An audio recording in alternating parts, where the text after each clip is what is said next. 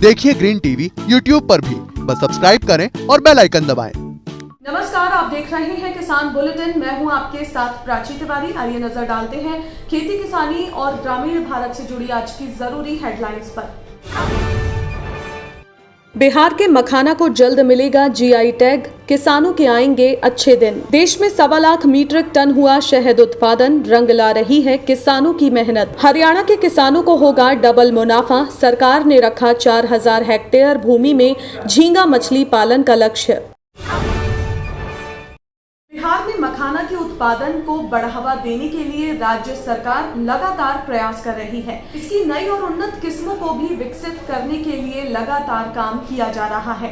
इसी क्रम में बिहार के प्रसिद्ध मखाना को अब जल्द ही जीआई टैग मिल सकता है। जी हां, भौगोलिक संकेतक मिलने से मखाना को ग्लोबल पहचान मिलेगी और बड़े मात्रा में इसका निर्यात भी हो पाएगा, जिसका सीधा लाभ राज्य के मखाना किसानों को मिलेगा। जीआई टैग मिलने के बाद किसान उत्पादन बढ़ाकर अपनी कमाई कई गुना तक बढ़ा सकेंगे। केंद्र सरकार के कंसल्टेंटिंग समूह ने पटना में हुई बैठक में इस पर मुहर भी लगा दी है। दरअसल जीआई टैग के लिए मिथिलांचल मखाना उत्पादक समूह ने इसके लिए आवेदन किया था। अगर मखाने को जीआई टैग मिल जाता है तो ये बिहार का 5वां कृषि उत्पाद होगा जिसे जीआई टैग मिला है। इससे पहले कतरनी चावल, जर्दालू आम, शाही लीची और मगही पान को जीआई टैग मिल चुका है। आपको बता दें कि बिहार में दुनिया का 85% मखाने का उत्पादन होता है। हर साल राज्य के किसान 6000 टन मखाने का उत्पादन करते हैं। बाकी का 15% जापान, जर्मनी, कनाडा और बांग्लादेश और चीन में उगाया जाता है।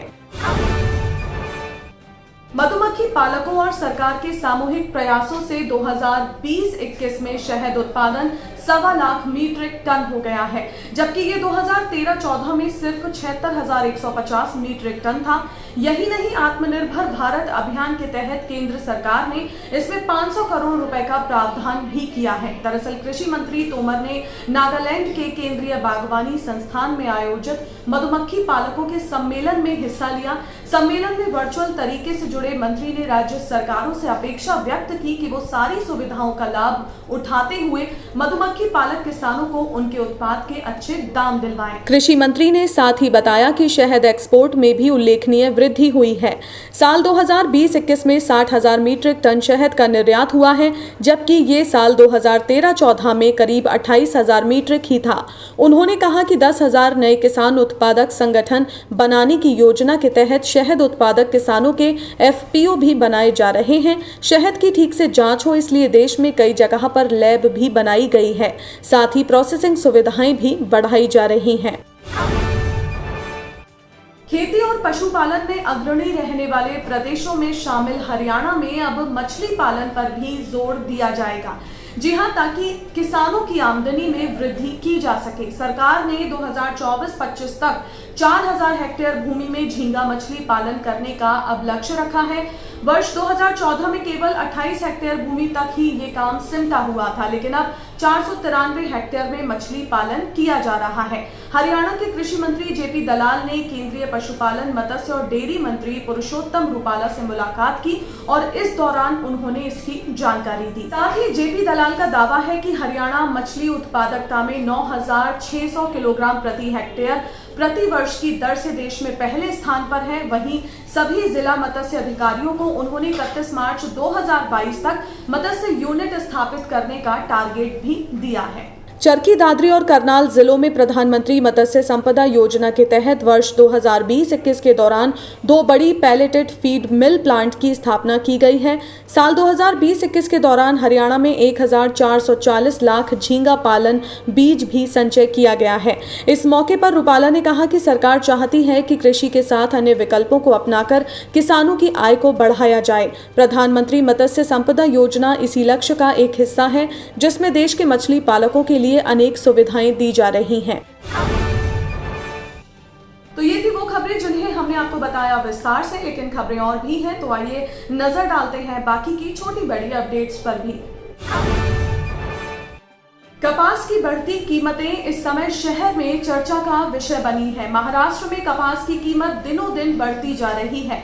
मांग बढ़ने और सीमित आपूर्ति के कारण भविष्य में कपास की कीमतों के स्थिर रहने की उम्मीद है, लेकिन इस साल जलवायु परिवर्तन और भारी बारिश के कारण कपास के नुकसान में वृद्धि भी हुई है, जिसके कारण उत्पादन में गिरावट देखा जा रहा है।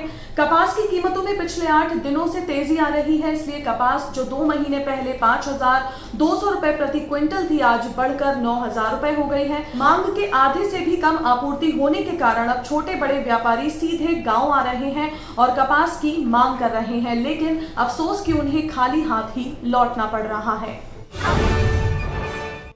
मशरूम उत्पादन तकनीक पर ट्रेनिंग देने के लिए हिसार हरियाणा स्थित साइना नेहवाल कृषि प्रौद्योगिकी प्रशिक्षण एवं शिक्षा संस्थान द्वारा 3 दिवसीय प्रशिक्षण कार्यक्रम का आयोजन किया गया। चौधरी चरण सिंह हरियाणा कृषि विश्वविद्यालय के तहत आने वाले संस्थान में प्रदेश भर के विभिन्न जिलों के प्रतिभागियों ने ट्रेनिंग लेकर मशरूम की खेती के गुर सीखे।